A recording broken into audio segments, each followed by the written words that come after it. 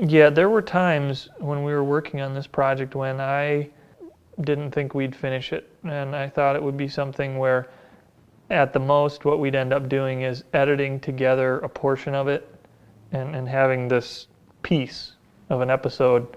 I don't think we ever really gave up on the project. There were times when cash flow was low and we would put the project on hold for long periods. There was really high energy and high enthusiasm for the project. But then there would be other times where months would go by, and then there were other times when I was really convinced that we're going to have this done and we're going to have this done in the next couple months. So it kind of fluctuated where because of finances or for other reasons, things wouldn't be happening. But we never thought we were going to completely give up on it. And after we got the thing shot, we didn't really have a good way to edit it for a couple years, so the tapes sat on the shelf for a while. So I was really happy in the Christmas of 2001 when Jimm showed a rough edit of the film. He thought within a year's period of time we could get the things done that needed to be done to finish it. And that seemed like a real possible goal. And so we talked at that point in time about what would need to be done to finish it up and what could he do and what could I do. And so that was our goal, and we were able to have it done by December 19th. I really liked the fight scene between Garvik and Chang. I thought that turned out really good. I like when the Klingon ship attacks the Exeter. I also like the scene where Garvik shoots the Lithtor. When you get that straight on shot, the phaser's pointing right at the camera and the big wide phaser beam comes out at the audience. I like that shot, yep. There's another part that I really like too, and the reason I like it is the way the shot was framed and You hear that, Captain? He's a traitor. Follow me. The way the actors moved in the scene really looked like something that you saw in the original series. When I watch it, the part that I go back and I watch the most and I enjoy the most, when everybody starts getting out of the elevator, when we're down in the Trilith Brotherhood compound, and Cuddy pulls out his tricorder and Bafuzlek's got his tricorder and the captain stands in front with his phaser drawn, and you got the, everybody marching down the hall and then coming back around and Cuddy, seeing the little whiff of smoke, and then you got the bad guys that all come out until the end of that scene when the Klingons march off the captain and the Andorians march off Bafuzlek. It's kind of, that's the point in the episode where even if you didn't see all the rest of the episode, that's the point where you find out what's going on and you figure, and now everybody's in trouble. For some reason, that part of it brings me back into the original series, and I think it partly has to do with the sets. I like that cavern wall set and the way it looked on film, and you got the hallway there. And so to me, that's the heart and the core of the episode, is that particular scene. Well, prior to uploading the movie, a lot of people had been emailing me asking us about the movie going to be released on time, how things were going, and just kept telling everybody, yeah, it was going to be released on time. And apparently a lot of people knew about it even before it came out, because we had been contacted by Eugene Roddenberry, who said that he was referred to us by some of the guys at Paramount to take a look at our website. So he knew about us even before the movie was released, and he was asking us if it was going to be done on time. So we kind of felt like we were under a little bit of pressure to get the thing released on time. And on December 19th, I uploaded it to the website. Then I went home and wrote an email, and probably had about 50 people on my email list who had been in contact with me from the previous months. And I wrote to all of them just to let them know that the movie was up and they could come to the website and take a look at it. I don't remember how many hits we had the first day, but within the first week we got up, around 9,000–10,000 hits, I think. Then we started getting some calls from newspapers and radio shows and stuff like that, people asking us questions about it. And the newspapers up in Minnesota, the two big ones up there, the St. Paul Pioneer Press and the Star Tribune, they ran big full-length features on us, and once that happened, the floodgates kind of just got burst wide open. And then we got listed on Slashdot, which is a website for nerd news. And apparently Slashdot has a huge following, because once we got listed there, the hits to our site increased exponentially. And it got to the point where we were getting about 10,000 hits an hour. And once that happened, the place that's hosting us, Mac.com, just couldn't handle that much traffic with people trying to watch these 50 meg movie files. So they had to turn us off, and we had to scramble and find an Exeter fan who was willing to host the movies for us. And to this day, he's still hosting them for us and doing a good job of it. Some of the stuff that I remember reading, of course I remember the negative stuff more vividly, because that's just the way it is. You remember the negative stuff. I remember right away some people saying, man, these guys can't act. These guys suck. But the interesting thing about that was that if you read more of what they were saying there, these guys, they were comparing us to Kirk and Spock and McCoy, and they were comparing us to Hollywood actors who, make a living at being an actor.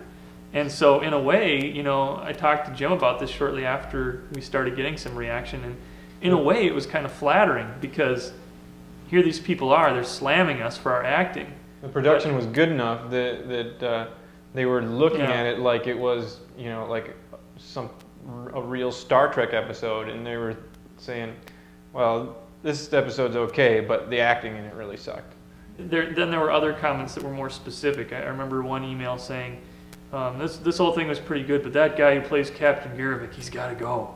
And then there was another person who said, well, they were all okay actors, but that guy who was playing the alien, the Starfleet alien, he just really sucked. I think one of the funniest comments I heard, a guy said, this episode was great. It had everything you'd want in an original series episode, except for the captain making out with some green-skinned, scantily clad woman down on the planet. It seemed like even people who didn't like it, they were having fun with... Fun making fun of it. Fun making fun of it. Yeah. And it was obvious that whether they liked it or not, they had fun watching it. And so that felt good. And most of the people who really offered positive comments about it, a lot of times they would add in their comments, it's too bad that the franchise isn't doing something like this, because I'd tune in every week. Yeah, and that's the thing of it is, we got probably more positive than negative feedback, and a lot of the positive feedback, it was exactly that. People saying, can't Paramount take a look at this and get a clue? I mean, this is where Star Trek should be heading, and instead they're, making these goth movies, just moving the franchise further in a direction that's away from what the spirit of the original franchise was. So it was neat to hear that there was a lot of people too who wrote in and said, wow, ever since the original series went off the air, this is what I've been waiting for, and finally somebody has done it. Yeah, and a lot of people who would write in would really catch on to a lot of the detail that we used, because we used books like Franz Joseph's technical manual and stuff like that as references. A lot of people saw a lot of the detail that we found in those references and would comment on, you guys did this all the way down to the details that are in my technical manual, and that's so cool, because I've been waiting for somebody to do something like that. Mm-hmm. I didn't think it would get as huge a response as it got. I thought that a few hundred or a few thousand people would watch the movie, and then interest would trickle off, and it would just sit there on the web, and every once in a while, once or twice a week, somebody would come by and watch it. But years ago, when I showed some still images of what we were working on to a friend of mine, he said something that I think is really true. He said, you guys may not ever make a lot of money off of this, but when you guys have this thing finished and put together, and then when it gets out there and people see it, no matter what else you do, this thing is always going to be around. There's always going to be people watching this thing. People are going to know you guys as the guys who made the Starship Exeter. And I really think that's true. I think that partly because it's a Star Trek thing, and there is a desire for the retro Star Trek. There's a lot of people who like the retro Star Trek. By doing what we did and doing it to the quality that we did, I was surprised at some of the media coverage we got. But then there was a small part of me too that thought, well, you never know. Maybe this, maybe Paramount will come knocking, and maybe we'll hear from somebody, and and who knows? Maybe a couple weeks from now we'll be sitting down at Paramount signing contracts to direct and produce the next retro Star Trek. But I don't think I really took that too seriously. And so when some of these magazines and different people started contacting us, I was surprised at that. But what I haven't been surprised at is this thing on the internet where it's kind of become a cult classic, where I've had friends tell me that they've come across different websites where they weren't even looking for anything having to do with Starship Exeter, and they'll find references in different websites about, oh yeah, you should check this out. And I think that's what I did assume, that if we could do it, and if we could do it to the quality that I thought we could do it, I thought it will become a cult classic. It will be something that will live on. Yeah. I think what the audience really connects with in Starship Exeter is that we really paid attention to trying to be true to the form and the style they used with the original series. Some of those elements are the things that fans that write to me really like when the red shirt gets vaporized, when Captain Garvik gets his shirt ripped. There are other things that fans are a little bit disappointed with, like in the fight between Bafuzalek and the Andorian spy. Fans thought that the antenna twist there should have been a little more effective. But overall, it's the things that are familiar to them from the original show that people seem to like about it. I was surprised at the success of Savage Empire. I figured that we would release it and, we'd get 10, 20,000 hits. Some hardcore original series Star Trek fans would really be into it and stuff. But I don't know, in the first month we got over 100,000 hits, and the number just keeps growing. And it seems like a lot of people really like it, and that we've really struck a chord and tapped people's imaginations with this. A lot of people are interested in seeing that retro Star Trek again, and they really have a nostalgia for it and want to see more of it, it seems.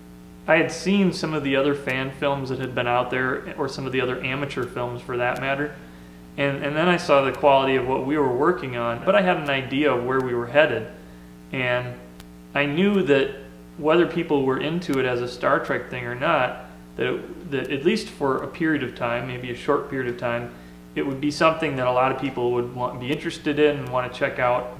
But for us to come out with a 35-minute film with the quality that we came out with, and when I saw the final version, I was surprised. It was a much better quality in the end, due to the fact that Jimm put in some real effort in the last few months to really fix up some things that needed to be fixed up to give it that final push. When I saw the final quality of it, both me and my wife, our reaction was that this is going to become something that people are going to check out, and people are going to be into it. Where my surprise came in was when we started to get newspapers who wanted to do articles on what we had done, and we started getting magazines who contacted us and said, hey, we want to do a magazine article, like the Sci-Fi Channel. Then I started to think, wow, this is more than I expected to come of it. I think Gene Roddenberry would approve of the show, because I think we stayed true to what his original vision of it was, at least close enough to that vision that what we're doing is closer to what Star Trek really should be about than what people are currently being offered by the franchise.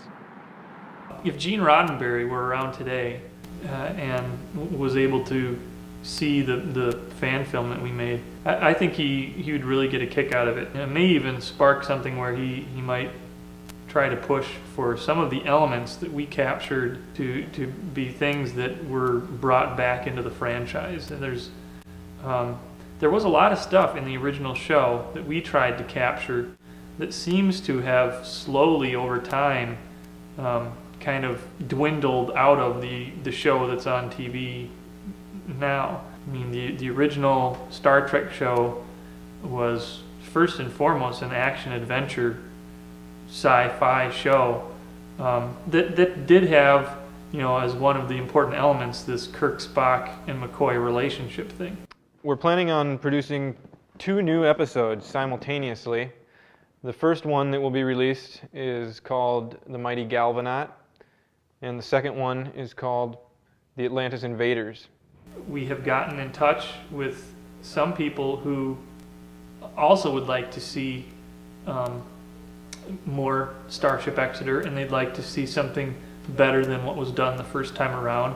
We'll have to let people know what sorts of things will have to happen in order to make that happen. Obviously to pull off something that would be a bigger, better production than what we did the first time around, and to do it in a shorter period of time, there would be a number of hurdles that we'd have to jump through in order to make that happen.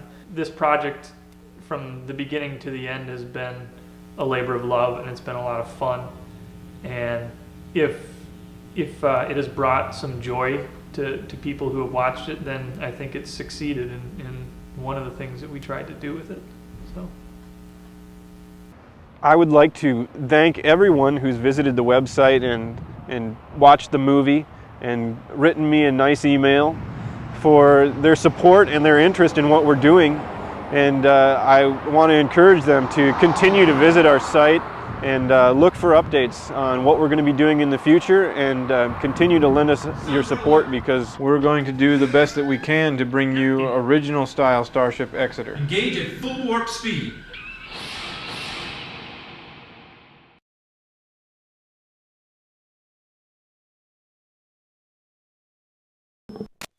Talking to you on the computer screen. Have a nice day.